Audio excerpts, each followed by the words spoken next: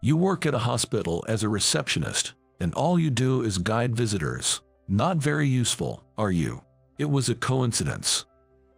Or maybe, in a way, it was inevitable. My childhood friend I always competed with had come to the hospital where I worked.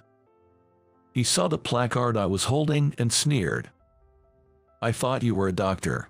"I work as a doctor at a different hospital now." "Were you trying to make it seem like you were working at the hospital too, by saying you had a job here? You're such a liar," he said, looking down on me. The patient's condition has suddenly turned worse. An issue arose that disrupted my old friend's smugness. Dr. White, the hospital director, called out to me from behind my pale-faced old friend. "I'm counting on you," he said. "I'm Eugene. Single, with no girlfriend, and living alone. Currently, I work at the reception of a university hospital. The main job of the reception is to hold a reception placard, approach people who are lost in the hospital, and guide them. I also help guiding people to unmanned payment machines when the cashier is busy, and manage the lines. It's a job anyone can do, but for me, who often feels sleepy during the day due to jet lag, it's just right.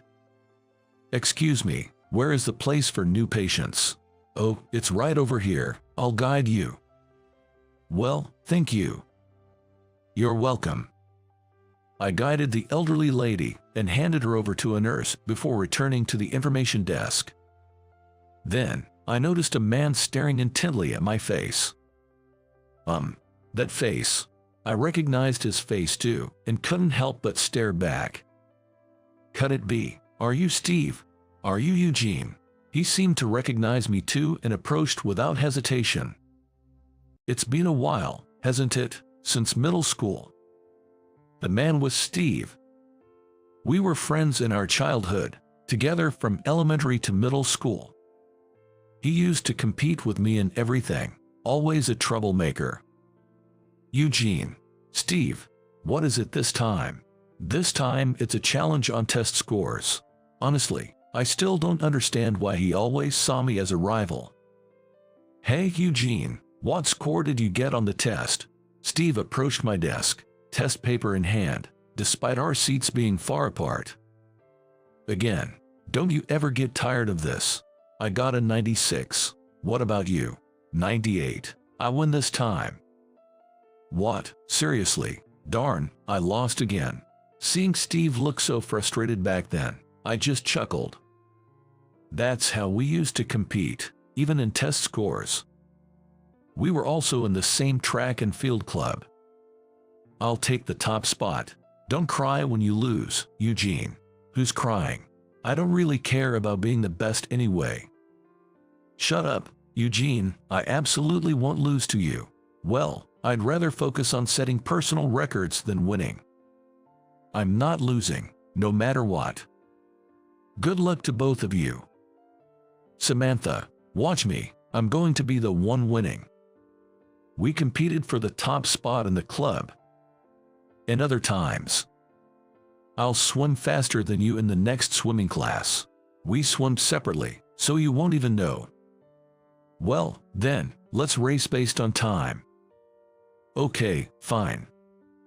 We competed even during sports class. The one who gets a better award in the upcoming art contest wins. That depends on the judges. Well, true, but I'm excited to see what kind of paintings you two will come up with. We even competed over the awards for paintings we made in art class. For summer vacation homework, whoever presents something more amazing wins. How are we supposed to judge that? We'll ask everyone which one is more impressive. Summer homework is already a hassle, don't make it even more complicated. We also competed with our summer vacation projects. This time, I win. Yeah, okay. Next time, I'll win again for sure. Steve was always challenging me to everything, turning it all into a competition. Yet, our skills were matched evenly. If I won the English test, Steve would win the math test. If Steve won in track and field, I'd win in swimming. Neither of us ever achieved a complete victory. Those two are at the top again. As always, Eugene and Steve. Who won this time? This time it's Eugene. Wow, both of them are unbelievable. They really seem like eternal rivals. Our peers would always hype us up as eternal rivals. Next time, I won't lose, Eugene. If you say so. It's been a while, Steve. I heard from a classmate that you were working at the hospital. Steve saw my placard that read reception and sneered. You work at a hospital as a receptionist, and all you do is guide visitors. Not very useful, are you? So lame. He said, laughing at me even more. I couldn't help but give a wry smile to Steve. Well, I am just guiding people around because I'm not that useful. Well, there's a reason for that. A reason. Let me guess. You flunked your high school entrance exams, couldn't go to college, ended up a shut-in, and now you're stuck doing a job anyone can do, like guiding people around. That's not true at all. That was a harsh thing to say. Well, after graduating from middle school, Steve and I followed different paths and lost contact with each other. So, it's not surprising he doesn't know. I didn't know what Steve is doing now, either. I thought you'd be a doctor by now. I'm working as a doctor at a different hospital. So, Steve became a doctor. Were you trying to make it seem like you were working at a hospital too? Such a liar. No, that's not it. What's different then? Honestly, I'm disappointed in you. Steve, cut it out. A fact is a fact. You used to be called my rival, but I guess that's all you were. Listen to my side of the story. I was about to argue back when it happened. Is that Eugene? You're Eugene, aren't you? A woman called out to me. Samantha. I recognized her face too when Steve called her name. Samantha, right, she was. Could it be Samantha, Steve's old friend? It is you, Eugene. Long time no see. She said with a smile. Another classmate and Steve's friend from childhood. I heard you two got married. Congratulations. Yeah. Thank you, Eugene. I had heard from my parents a few years ago that the two of them got married. Steve married his old friend, Samantha. Oh, really? When are you going to get married? Not anytime soon, I guess. It was like that. But I wondered, did Steve and Samantha come to the hospital together? Both of them looked a bit pale, but neither seemed to be ill. Did you both come to the hospital together? Is one of you feeling unwell? Well, Samantha hesitantly responded to my question. Our daughter, her name is Emily. She was born with a heart condition and is hospitalized. A heart condition? That's worrying. Yes. She's just turned 3 months old and finally eligible for surgery, but it's a rare condition here, and we're currently looking for a surgeon who can perform the operation. That sparked a memory. So, where is Emily now? She's stable at the moment, but she can hardly leave her bed. She hasn't been home since she was born. The name Emily. A rare condition in this country. A 3-month-old child who had never left the hospital since birth. So, these two were. Are you here today to visit Emily? Yes, that's right. And I had Steve go to the reception to take care of the hospital bills. He forgot the insurance card, so I came to deliver it. Samantha laughed awkwardly as she looked at Steve. You don't have to tell him all that. Why not? Steve, receiving the insurance card, replied with a smile to Samantha. Lately, I've only been talking to you, our parents, and hospital staff, so it's nice to have a chat with you, Eugene. Samantha was smiling, but I could see exhaustion on her face. The constant care for Emily, who had been hospitalized since birth, and the fear of her heart condition worsening at any moment. It's no wonder she was tired. Still, Steve and Samantha being Emily's parents, I felt it was a coincidence that should be shared. Actually, I was about to tell her something when Emily's mother and father. Finally, I found you. What's the matter? Why are you in such a hurry? A nurse rushed over, looking panicked, and addressed them. Emily's condition has suddenly worsened. What? Samantha. At those words, Samantha's face went pale, and she nearly collapsed. But Steve, equally pale, caught her. How is Emily? What's happening with our daughter? Her heart almost stopped. She might need emergency surgery. Her heart? Oh no. But at our hospital, we can only provide temporary measures. For a cure, we need a specialist in pediatric cardiology. We came here looking for the doctor. Damn it, Emily. Steve muttered in despair. Eugene. Then, Dr. White came to call me. I have a surgery I need you to do. That's why I called you from Australia. No time for jet lag. Yes, I understand. I nodded at his words and handed my placard back to reception. I'm counting on you. Understood. With Dr. White's words, I tightened my resolve and followed him. Huh? Don't worry, leave it to me. I'll save her. Eugene. You can't be. Surprised, Steve and Samantha watched me pass by and head to the operating room. Eugene. Yes.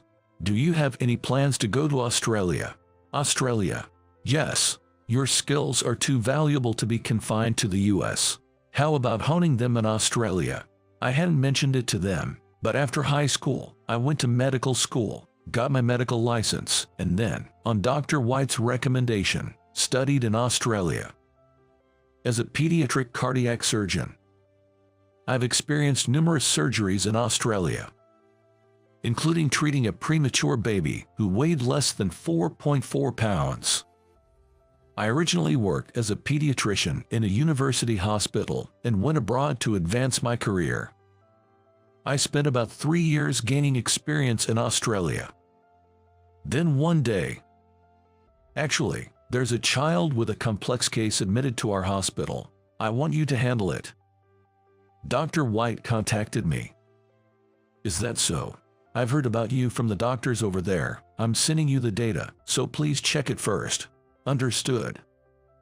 After reviewing the data sent to me, I determined that I could perform the surgery. Dr. White, I can do this child's surgery. Good. Once everything is ready, can you come back to the US? Yes, I'll be in touch. And that's how I returned to the US. However, after spending 3 years in Australia, the jet lag was severe. I need to sleep. Eugene, you're always so sleepy. I was overwhelmingly sleepy during the day. With you like this, the surgery can be done. More the work as a doctor. I'm sorry. I guess it's okay for now. Meanwhile, do some guiding at the reception. Guiding? Yes. Get over your jet lag while you observe the hospital. It's important to understand the hospital you work at. So, by the hospital owner's orders, I, holding a medical license, found myself in a unique situation, working as a receptionist. This was the 3rd day of doing so. It's okay, I'm going to save her. I came over the jet lag and was confident enough to handle the situation now. Entering the operating room, I saw the little girl lying there. Indeed, I had been called for Emily's surgery, Steve's daughter. Let's begin the surgery. In her case, the major blood vessel leading to the heart was constricted, and there was also a hole inside. First, we had to stop her heart and operate using a heart-lung machine. Her small body had significantly less stamina compared to an adult, and the strain on her body was immense. It was a race against time. I had to operate carefully and quickly, ensuring no small mistakes were made. I thought of the 2 people who must be waiting outside the operating room. The pale faces of Steve and Samantha when they were told about Emily's sudden change in condition. Samantha, who looked tired from worry and caregiving. Steve, who scoffed at me but became visibly concerned when it came to Emily. Their faces flashed in my mind. I wanted to save Emily, for the sake of the two people who have been searching for a doctor to help her. With that resolve, I moved my hands frantically in surgery. I had to get this child back to the home where her parents were waiting. I began to close the small hole in her heart. Steve, my rival, had always been challenging, but he was a good one. Sure, he had ridiculed me earlier, but the Steve I originally knew wasn't like that. He was talented, serious, and committed to whatever he took on. Eugene, as expected. Yeah, sure. Eugene, I will definitely become a doctor in the future. Then, I'll be a doctor who can save even the smallest child. I wanted to see not his mocking laughter, nor Samantha's forced smile, but their true, heartfelt smiles. Besides, I couldn't afford to lose that challenge. Sutures, complete. After a while, the surgery was finished. It was a success without any major complications. Relieved, I let out a breath of relief, having escaped a critical situation. However, we must still be vigilant and closely monitor her progress for a while. I'm really glad. I headed towards the door of the operating room. Eugene, you really did it. Seeing me exit the operating room, both of them looked surprised. Eugene, how is Emily? How's my daughter's condition?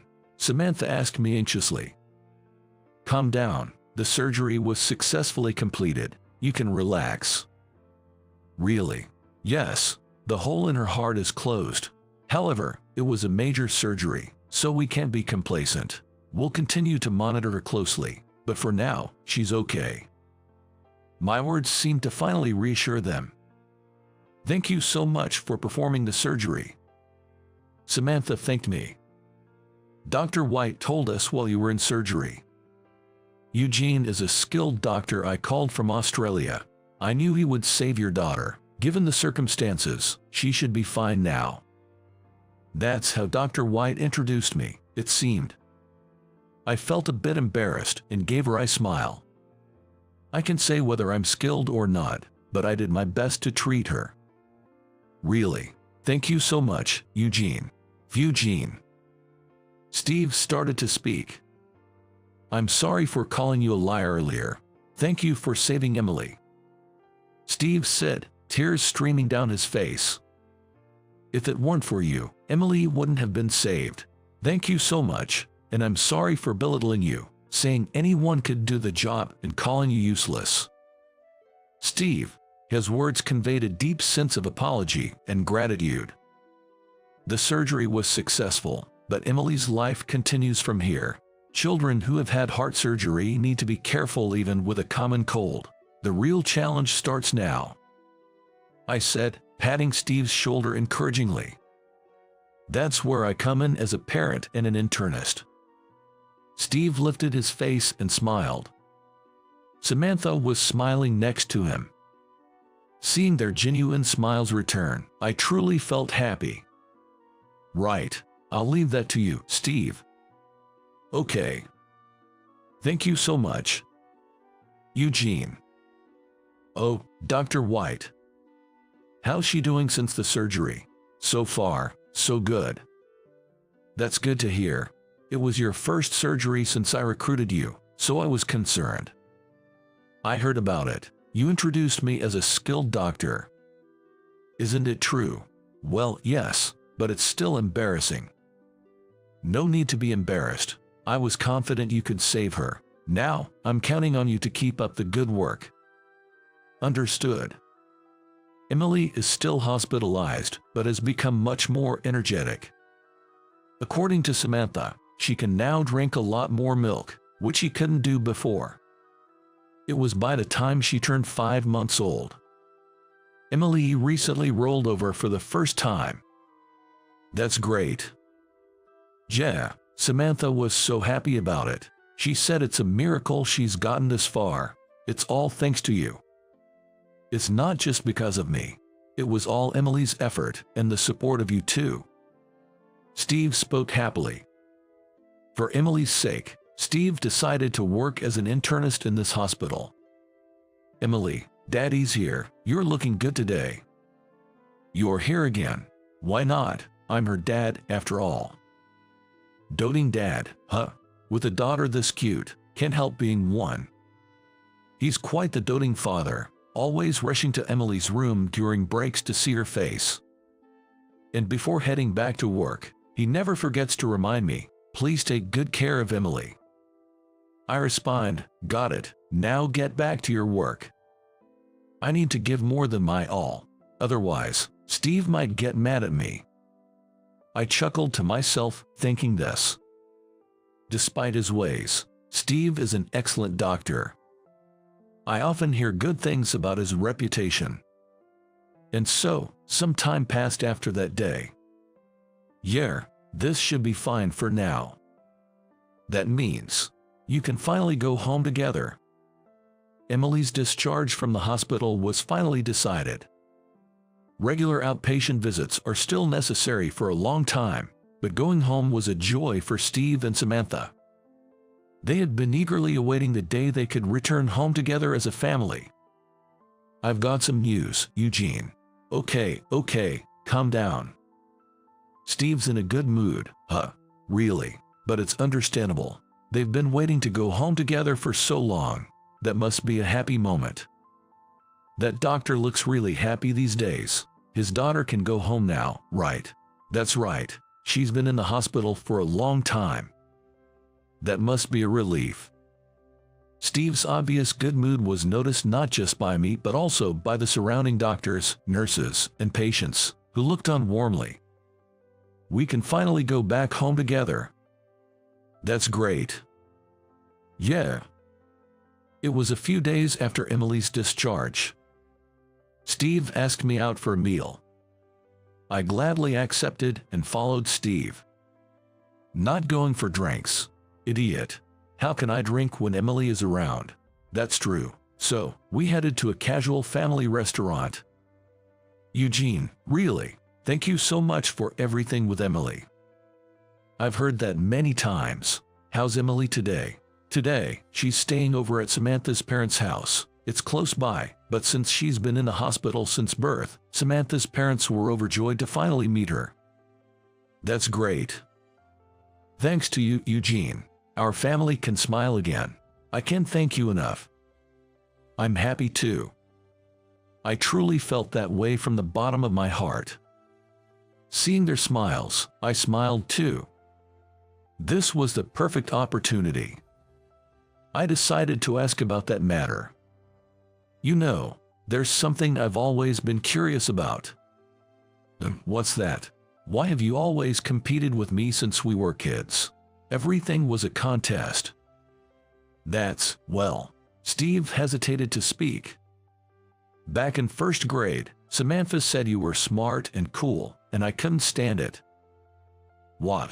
Since then, I've had a crush on Samantha. Every time she praised you, it made me mad, and I kept challenging you to contests. Seriously? Yeah, but even though I thought I could beat you easily, you were too good. I could never really defeat you. It became a matter of pride, and I kept it up until we went to different high schools.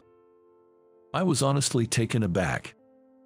All this time, his challenges were driven by childhood jealousy. So, I'm the bad guy in this story. Well, Samantha always talked about how cool you were. I thought she liked you, but she confessed to me before college, and that's when I realized I had it all wrong. I see. If the girl you liked was always talking about another guy being cool, I guess I can see why I might have seemed like the bad guy. And so, it turned out he became my rival because of that. Now, I'm married to Samantha, and we have Emily. I'm filled with happiness, so I don't need to compete with you anymore. Then why did you bother me in the hospital? At my question, Steve gave a sheepish smile. At that time, I was frustrated because Emily's illness seemed intreatable, and no doctor or method could be found. On top of that, seeing you, who had always been excellent, and my competitor, doing a job that anyone could do was unbelievable. I always thought you would definitely become a great doctor. So, that's why you were so prickly. Yeah, I kept thinking, why is a guy like you only doing such a mediocre job here? I've always considered you incredible.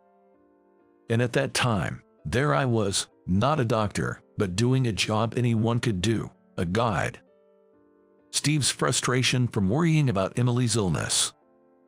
His irritation at his once rival's perceived downfall.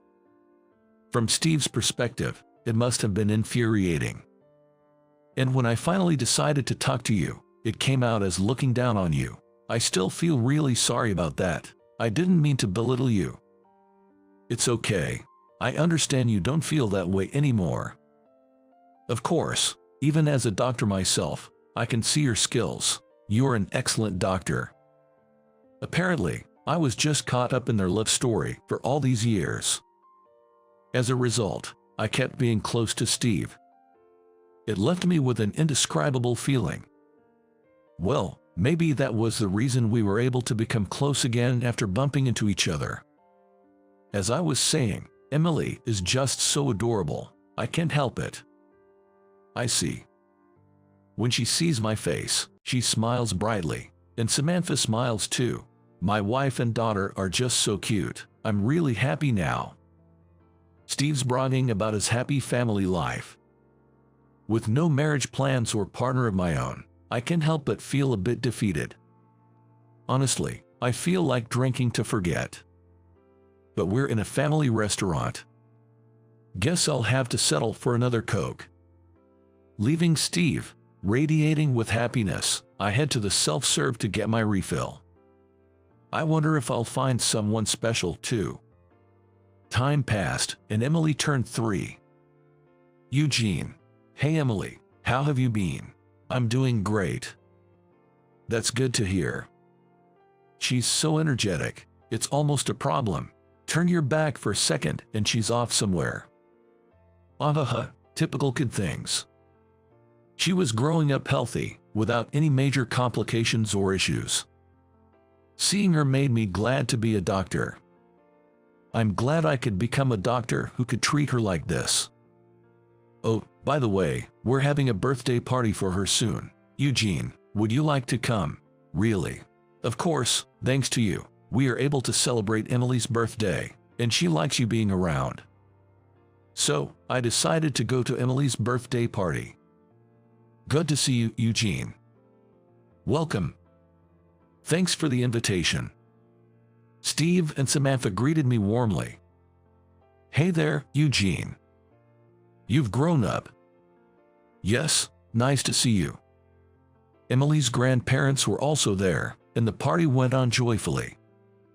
In the midst of it all, it seemed I had become Emily's favorite. Emily, it's time to come to Daddy. Eugene must be getting tired.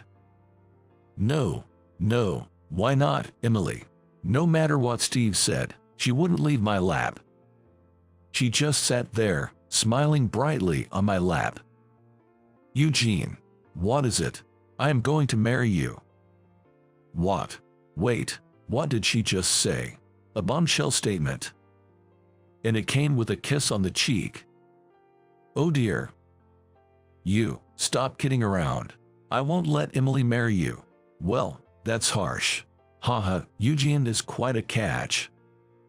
She's our granddaughter. She knows how to pick them. Steve, jealous as always. It seems I'll have more days of competition ahead. Well, that's somewhat entertaining. Despite all this, Steve and I. Eugene, about this case. Yeah. So, when will you give up on Emily? I'm not even falling for her. I won't allow it. I won't lose to you, Eugene. As you say so. Later on, we became famous as the top pediatrician and internist at the university hospital. Still, I couldn't help but laugh at Steve's predictable challenges. Hey, Steve. What is it? Do you remember the last challenge you threw at me? Steve looked puzzled by my question. It was right before we graduated from middle school. We're going to different high schools. Looks like it. Eugene. What? I'll definitely become a doctor in the future. A famous one, saving lots of people. You should become a doctor too. A doctor? Yes, I'll be the doctor who finds and cures diseases hidden inside. You become a doctor too, and let's see who can be the better one. Then, I'll be a doctor who can save even the smallest child. Yeah, it's a challenge. That last challenge from him was what inspired me to pursue a career in medicine. Spurred by Steve's words and my own love for helping children, I studied hard in high school. Then, I went on to medical school. You remembered that? Actually, I had forgotten, but I remembered when I thought about you and Samantha during that surgery. Seriously. Thanks to you, I became a doctor. I see. Steve smiled shyly. I'll save even more children. I won't lose this competition. Me neither. I definitely won't lose. We shared a defiant laugh. Eugene. Emily. Emily, what about Daddy? Leaving the hospital with Steve, we were greeted by Samantha and Emily. Steve looked shocked as Emily ran toward me. Before she could reach me, Steve scooped her up. Sorry, Eugene. For what? For causing you trouble. It's okay. Well, I couldn't completely deny it after hearing Steve's reasons for his behavior.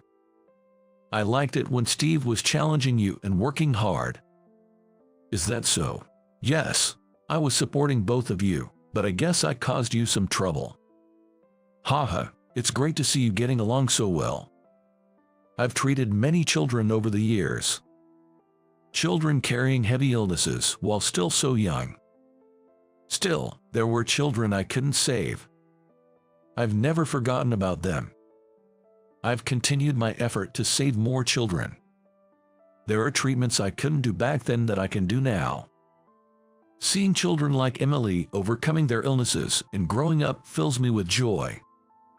Every time I see their growth, I feel grateful to be in this profession. Well, let's work hard today to not lose to my best friend. I've kept striving to save as many children as possible. By the way, Emily, who has grown up seeing me and Steve, told me she wants to be a doctor. The problem is she can't decide whether to become a pediatrician or an internist. Emily will choose to be an internist. She's my daughter, after all. Do I still have to compete with you?